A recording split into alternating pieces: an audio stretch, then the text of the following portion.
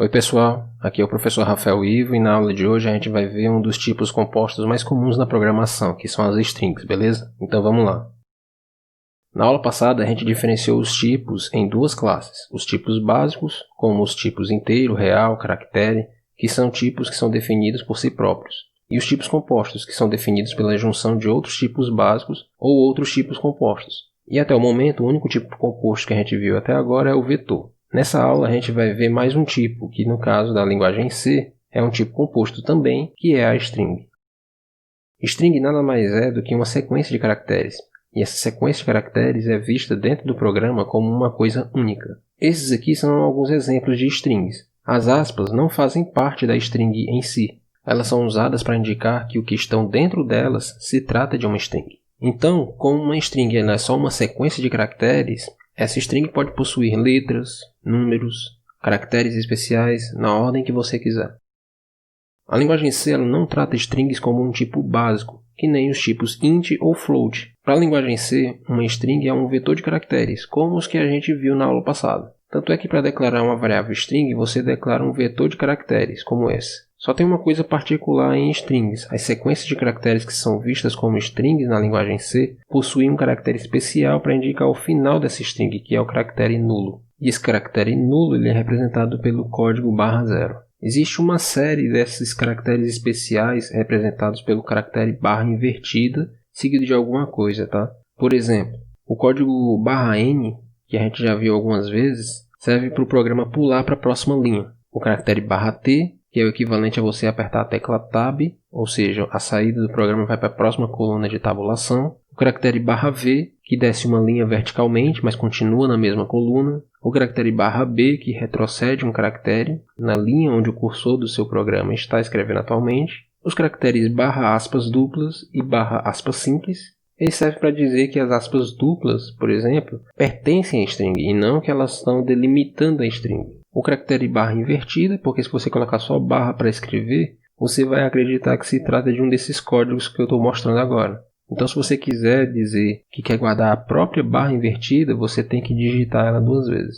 O caractere /a, que faz o seu computador dar um pequeno bip, esse sonzinho de bip de alerta depende do seu sistema operacional, tá?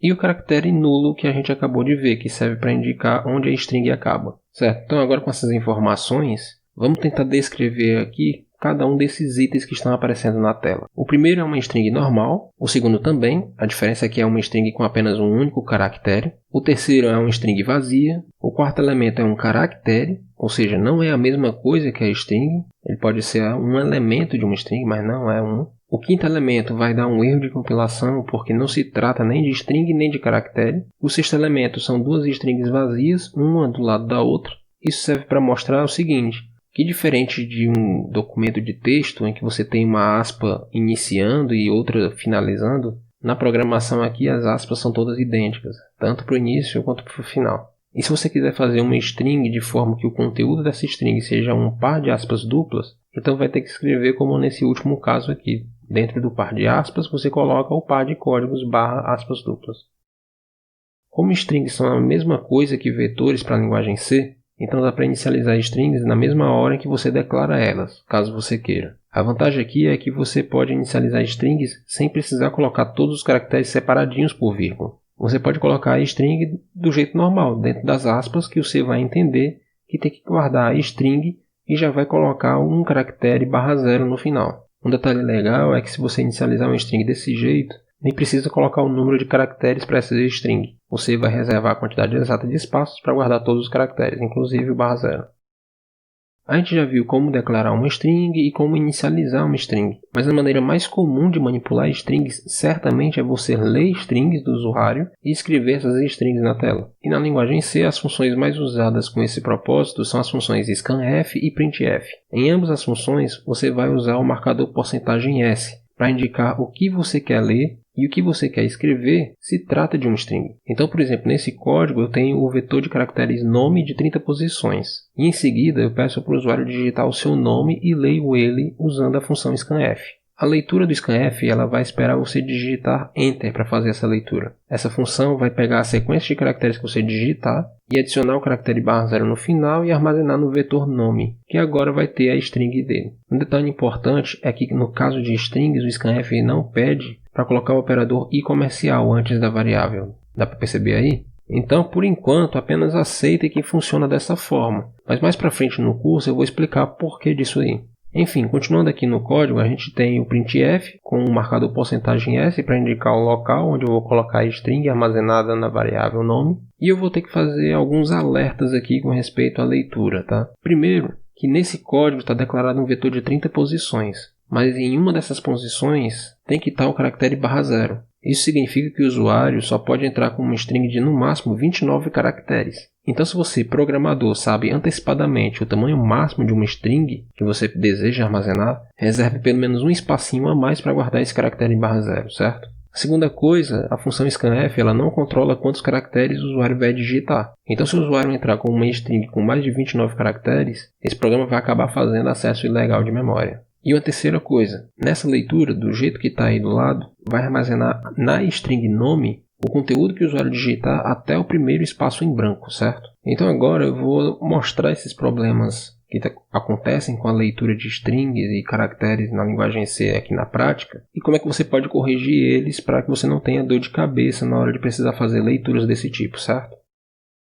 Ok, eu tenho o seguinte problema para fazer. Eu quero escrever um programa que leia uma string e 2 caracteres e meu objetivo é substituir às vezes que o primeiro caractere que eu inseri pelo segundo, nas mesmas posições que o caractere antigo estava. Então aqui, por exemplo, o programa lê a string universidade e recebe os caracteres E e P. E então substitui todas as vezes que a letra E aparecer na string pela letra P, beleza? Então vamos começar pelas variáveis. Eu vou precisar de pelo menos 3. Uma variável para guardar a string e 2 variáveis para guardar os caracteres.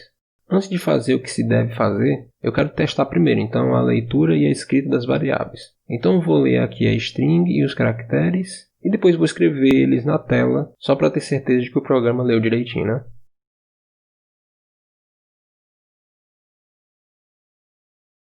Então percebe que eu fiz exatamente o que eu disse lá nos slides. Porcentagem S para ler a string, porcentagem C para ler caractere. E no caso de string eu não estou colocando o i comercial. Ok, vou executar agora e ver o que acontece. Vou colocar aqui a palavra universidade, que nem no exemplo, né? E percebe que já aconteceu alguma coisa de estranho aqui. O programa nem esperou eu digitar o caractere que eu vou remover e já passou para perguntar qual é o caractere que eu devo inserir. O motivo disso é o seguinte. Quando você digita uma string, o que você tecla no final? Você tecla o Enter, correto? Só que Enter é um caractere, o caractere de pular a linha, o caractere /n. Então o programa está armazenando esse Enter na variável letra a ser removida nele. Nota que aqui no final tem um pulo de linha entre letra RM e letra ED. Então como é que eu posso corrigir isso agora, né? Existe uma função de leitura no C chamada getChar. Essa função ela lê um caractere e ela lê sem a necessidade de você pressionar a tecla Enter. No caso da gente aqui, ela vai servir para quê? Para ler esse Enter que a gente pressiona no final da string. E o que esse getChar vai fazer com esse caractere /n? Nesse caso aqui, ele vai simplesmente jogar fora, para nenhuma variável. Então eu vou testar de novo aqui e ver o que acontece. Agora foi a vez do programa não esperar eu digitar a letra a ser adicionada. E o motivo disso acontecer é a mesma coisa do problema de antes. Quando eu vou digitar o caractere, eu estou digitando duas coisas. O caractere que a gente deseja remover e o caractere /n. Então minha sugestão para você que for ler caracteres ou strings com scanf é simplesmente adicionar getChar logo depois, para ele ler esse caractere /n do Enter e não dar esses erros doidos aqui.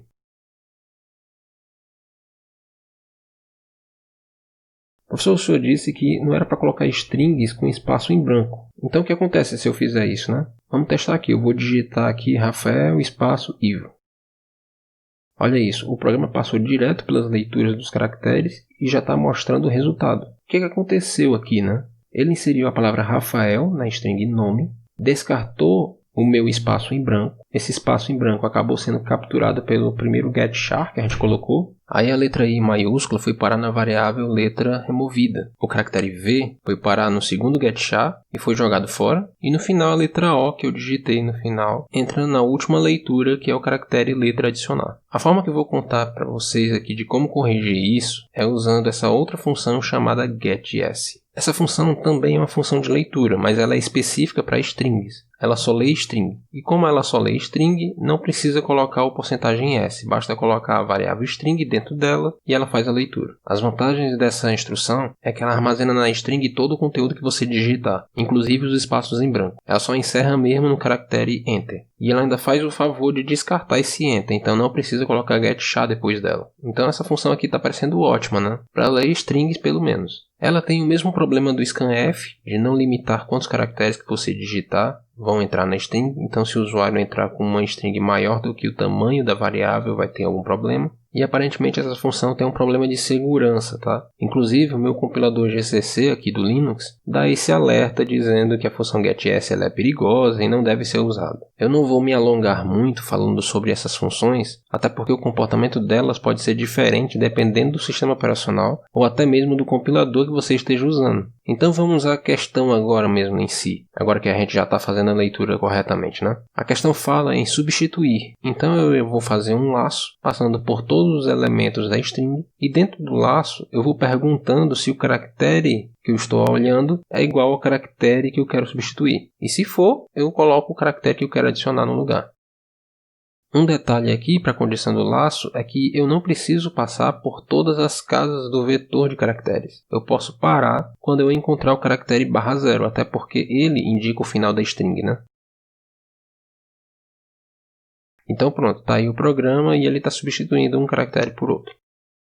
A linguagem C pode até não tratar strings como tipos básicos, mas ela possui uma biblioteca de funções só para realizar operações em strings, que você pode incluir como em string.h. Então eu vou mostrar aqui algumas dessas funções, pelo menos as mais usadas, certo? A primeira é a função de cópia, chamada stringCopy. Nessa função você coloca duas strings e ela copia a segunda string em cima da primeira. Essa função é bem útil porque você não pode fazer uma atribuição de string usando o símbolo de igual, certo? Por exemplo, nesse caso aqui, temos duas strings, nome 1 e nome 2. A string nome 1 tem esse conteúdo, Antônio Carlos. Se eu quiser transferir esse conteúdo para a string nome 2, eu não posso simplesmente fazer uma atribuição desse jeito, como eu faço com números ou caracteres. Eu tenho que usar a função de cópia para isso. Outra função bastante utilizada é a função stringlen. Essa função conta quantos caracteres a sua string tem. Então aqui no caso, mesmo que você tenha reservado 30 espaços, a função stringlen vai retornar 11 caracteres a partir do início da string e retornar esse número. Uma terceira função muito utilizada dessa biblioteca string.h é a função que compara duas strings. Do mesmo jeito que você não pode atribuir uma string para outra usando o símbolo de igual, você não pode comparar duas strings usando os símbolos de maior que ou menor que ou igual a igual. O jeito é usar essa função stringComp.